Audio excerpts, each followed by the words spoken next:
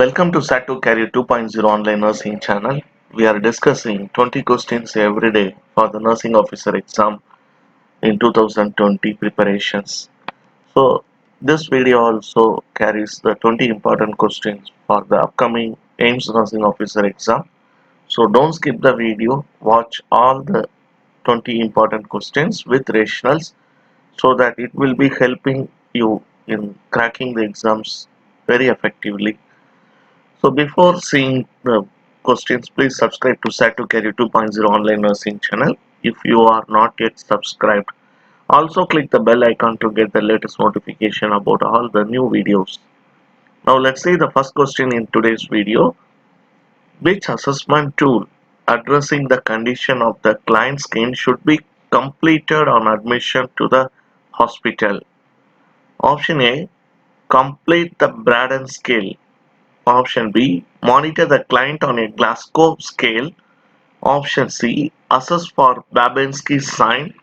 Option D. Initiate Brudensky flow sheet. So when the client is coming to the clinic, when you are assessing the client's skin condition, the scale you need to use is option A. Braden scale is right answer here. The rationale. The Braden and Norton scales are tools that identify clients at risk for skin problems. Clients are ranked on this scale and appropriate measures are initiated for controlling the skin damage. Now move on to question number 2. The nurse is caring for a client who has developed stage 4 pressure ulcers on the left trochanter and coccyx. Which independent nursing problem has the highest priority? Option A. Altered wound healing. B. Altered nutrition. C. Self-care deficit. Option D. Altered coping. The right answer, the nursing problem self, which is independent, which has the highest priority, is option C. Self-care deficit. The rationale. Self-care deficit is an independent nursing problem. The nurse should institute measures to ensure relief of pressure on bony prominences, such as turning the client frequently, whereas all other things are a collaborative approach. Now move on to third question. The nurse is caring for clients in an outpatient clinic. Which client should the nurse see first? Option A. The client who has had a skin biopsy to rule out skin cancer. Option B. The client with an edematous reddened right leg with streaks. Option C. The client who has a severe sunburn who is having a severe pain. Option D. The elderly client who reports being exposed to chickenpox. So in the outpatient clinic, to which client you need to given the priority in care? The right answer is the right answer. You can see the right answer here. Option B. The client with an edematous reddened right leg with streaks should be given the priority in caring. The rationale. The client is exhibiting signs of cellulitis which could result in life-threatening complications. Therefore, this client should be seen first. The biopsy or a sunburn and exposure to chickenpox are not life-threatening. Question number 4. The nurse is applying mafenide acetate, that is sulfamylon, to a client's burn on the right lower extremity. Which assessment data would require immediate attention by the nurse? Option A. The client complains of pain when the medication is administered. Option B. The client potassium level is 4.2 milliequivalent per liter and sodium level is 139 milliequivalent per liter. Option C. The client's arterial blood gases are pH 7.38, PaO2 as 98, PaCO2 as 38, and bicarbonate 24. The client reports tingling and numbness on the right foot. So this is option D. So while taking mefenide acetate, so there is burn on the right lower extremity. So which assessment you need to do for immediate action? The right answer, option D. When the client is reporting tingling and numbness of the right foot, that should given importance for care. The rational complaints of numbness and tingling indicate neurovascular compromise, which would require immediate intervention. The client should be pre-medicated with an analgesic before sulfamylan is administered because this agent causes severe burning pain for up to 20 minutes. The electrolytes and ABGs are within the normal limits. Sulfamylan may cause metabolic acidosis. Now, the fifth question. The client was admitted 4 days ago to the burns unit with severe full thickness and deep partial thickness burns over half the body. Which client problem has priority? Option A, high risk for infection. B, ineffective coping. C, impaired physical mobility. Option D, knowledge deficit. So when you care the burns client, the priority intervention you need to give for high risk for any infection. Option A is right. The rationale, even though this is a potential problem, it is a priority because the protective barrier of skin has been compromised and there is an impaired immune system. Question number 6. The client receiving the initial dose of an intravenous antibiotic is having shortness of breath. Which intervention should the nurse implement first? Option A, maintain a patent intravenous IV line. Option B, turn off the client's IV antibiotic. Option C, place oxygen on the client via nasal cannula. Option D, initiate rapid response team. So the right answer is turn off the client's IV antibiotic when there is shortness of breath. The right answer, the rationale, the first intervention is to stop the IV antibiotic because the client may having an allergic reaction. Then the nurse could be placed on oxygen on the client, maintain a patent IV line, and notify the rapid response team. Question number 7. A client with a femoral popliteal bypass graft is assigned to a semi-private room. The most suitable roommate for this client is the client with option A, hypothyroidism, B, diabetic ulcers, C, gastroenteritis, option D, bacterial pneumonia. So the suitable roommate for the client who is scheduled to have femoral popliteal bypass graft will be the client with hypothyroidism. The rationale, the best roommate for the client with femoral popliteal bypass graft is the client with hypothyroidism because the client possesses little risk of infection. Answers B, C, and D are incorrect because they possess a risk of infection to the post-surgical client. Question number 8. The client is receiving total parenteral nutrition (TPN). Which lab test should be evaluated while the client is receiving total parenteral nutrition? Option A, hemoglobin. B, creatinine. C, blood glucose. D, white cell count. The right answer, when the client is receiving total parenteral nutrition, the nurse should assess for blood glucose level. The rationale: when the client is receiving total parenteral nutrition, the blood glucose level should be evaluated. Total parenteral nutrition is a solution that contains large amounts of glucose that may alter the client's blood glucose level. Answers A, B, and D are not directly related to the question and are therefore incorrect. Now move on to the ninth question. The client has an order for garamycin, that is gentamicin, to be administered. Which lab test should be done before beginning the medication?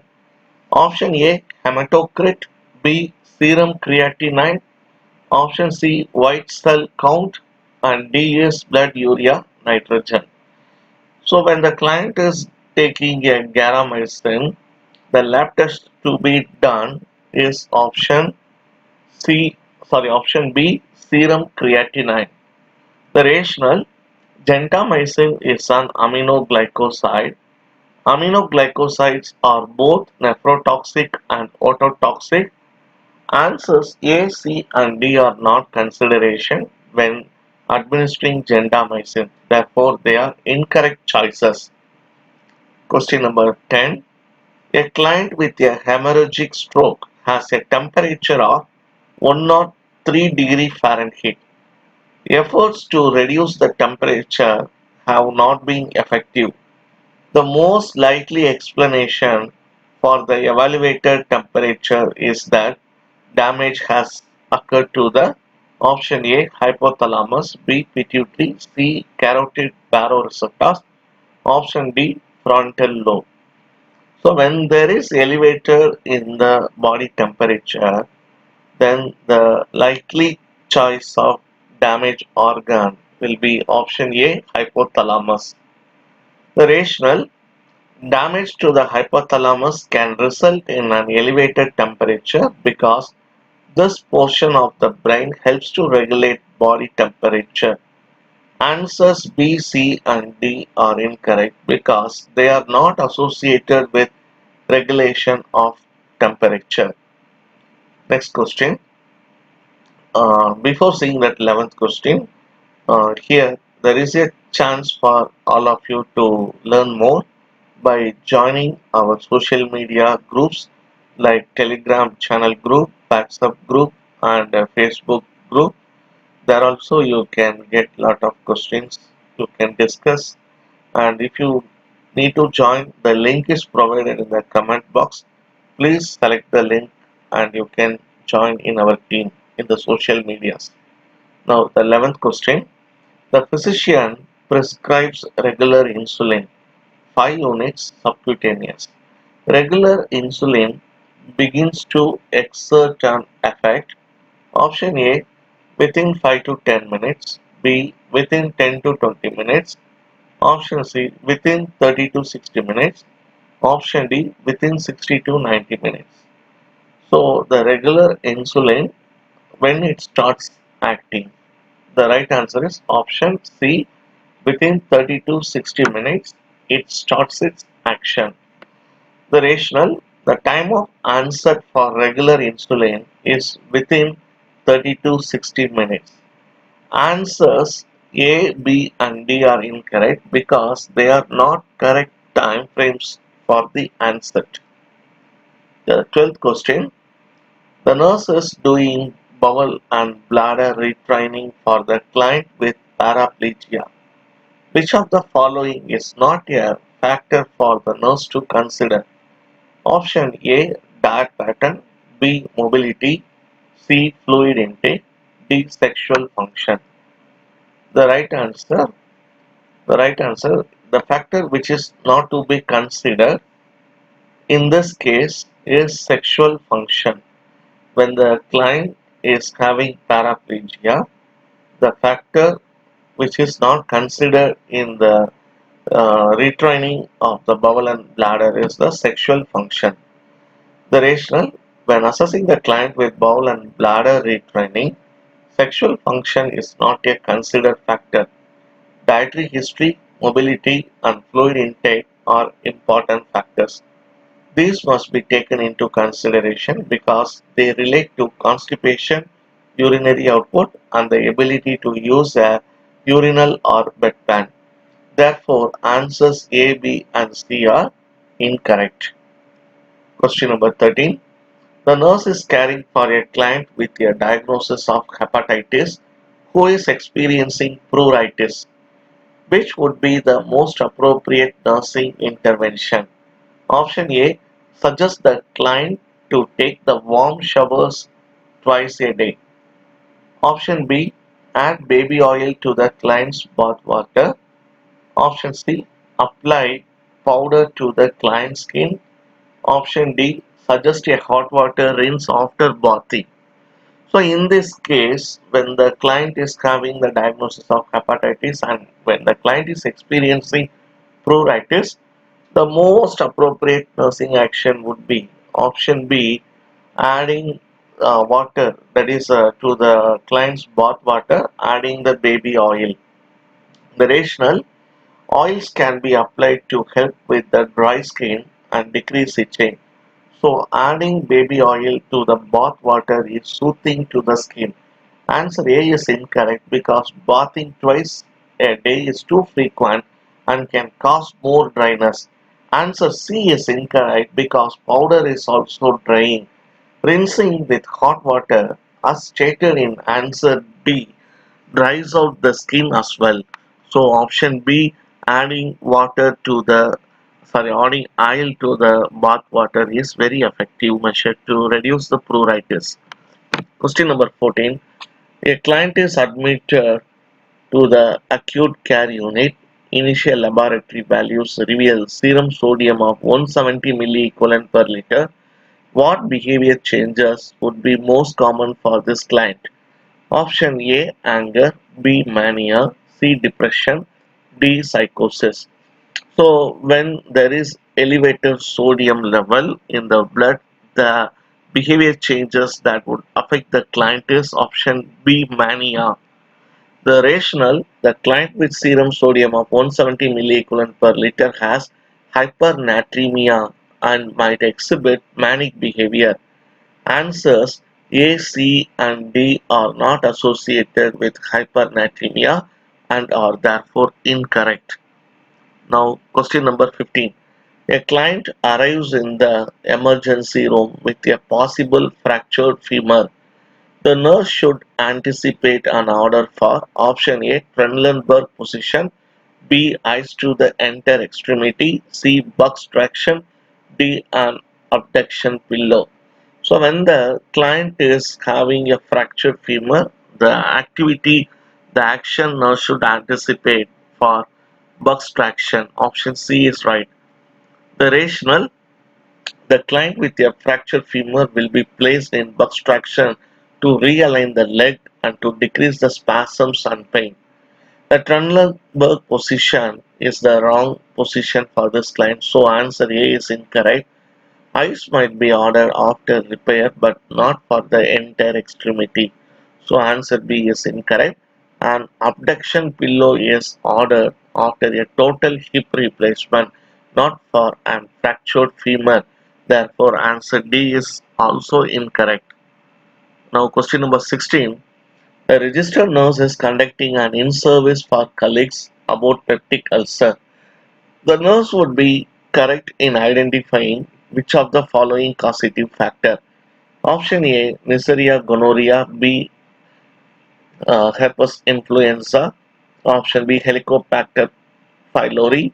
Option D, Escherichia coli, E. coli. So, while teaching the colleagues about peptic ulcer, so which organism is the causative factor? The right answer is option C, Helicobacter pylori.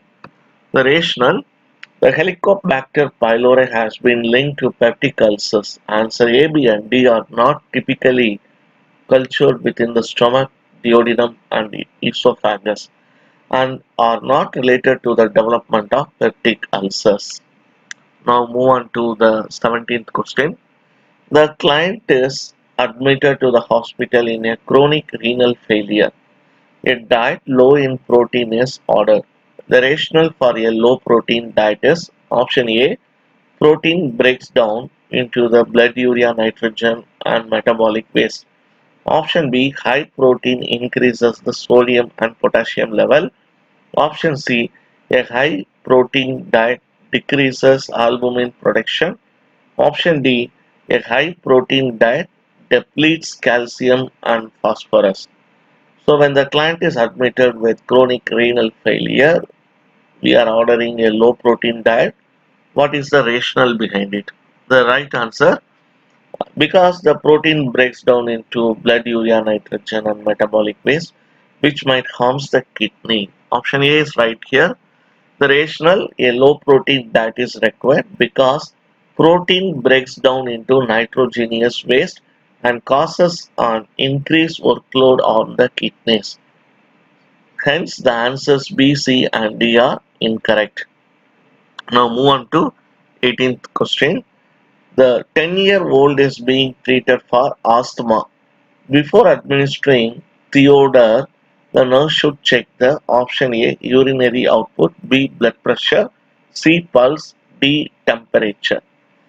So before administering theophylline, the nurse should check the pulse. Option C pulse is right. The rationale, Theodore is a bronchodilator and a side effect of bronchodilator is tachycardia.